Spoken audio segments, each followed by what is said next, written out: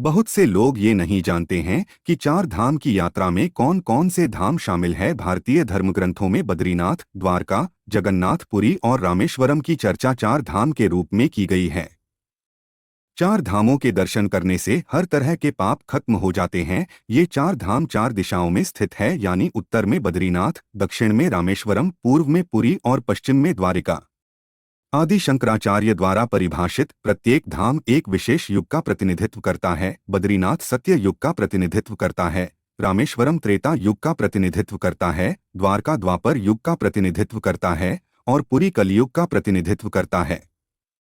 ऐसा माना जाता है कि चार धाम यात्रा को घड़ी की सुई की दिशा में पूरा करना चाहिए। इसलिए चार धाम यात्रा में सबसे पहले बद्रीनाथ धाम पर जाना चाहिए।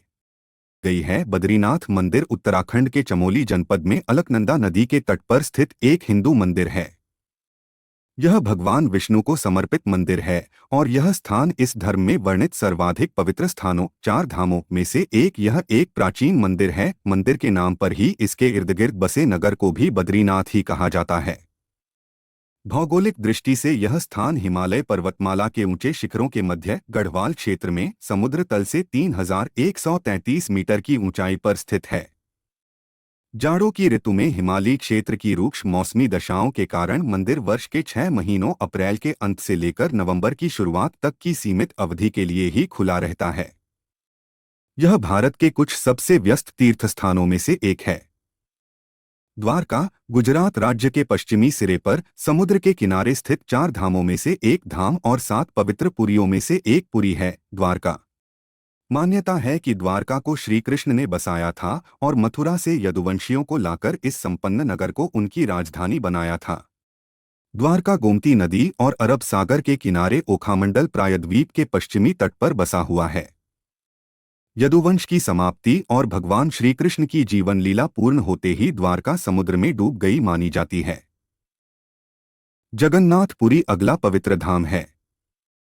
सबसे पुराना शहर होने के कारण यह बंगाल की खाड़ी के तट पर स्थित है। यहाँ भगवान जगन्नाथ की पूजा की जाती है, जो भगवान कृष्ण का दूसरा नाम है। यहाँ अपने भाई के साथ सुभद्रा की भी पूजा की जाती है। यह भारत में एकमात्र स्थान है जहाँ उनकी पूजा की जाती है। पुरी अपने रथ यात्रा उत्सव के लिए प्रसिद्ध है। यह दिव्य रथों का उत्सव है। इस उत्सव के दौरान तीनों भगवान जगन्नाथ, बलराम और सुभद्रा को उनके मंदिर से बाहर निकाला जाता है। रथ यात्रा के दौरान उन्हें रथ पर बिठाकर समारोह आयोजित किया जाता है। कई तिथियां हैं, लेकिन उत्सव जुलाई महीने में होता है। चार धामों में अंतिम स्थान रामेश्वरम है। यह तमिलनाडु में स्थित है। इसका स्थान रोमांचक है और यह मन्नार की खाड़ी में स्थित है, जो खाड़ी के किनारे स्थित है। रामायण की कथा कहती है कि यह वह प्रसिद्ध स्थान था जहां भगवान राम ने राम सेतु बनाने का निर्देश दिया था। यह सेतु भारत और लंका के बीच एक कड़ी था जहां सीता को राक्षस रावण ने पकड़ लिया था। रामनाथ स्वामी मंदिर भगवान शिव को समर्पित किया गया था। श्री राम ने इस मंदिर का अभिषेक किया। यह स्थान चार धाम के बीच एक महत्वपूर्ण कड़ी प्रदान करता है। इस स्थान की यात्रा के बिना बनारस की यात्रा अधूरी रहती है। यहाँ भगवान एक लिंग के रूप में हैं और इसका नाम श्री रामनाथ स्वामी है। यह देवता 12 ज्योतिर्लिंगों में से एक हैं। यह जानकारी आप लोगों को कैसी लगी कमेंट करके ज़रूर बताइएगा और मेरे चैनल पर नए हो तो सब्सक्राइब ज़रूर कीजिएगा।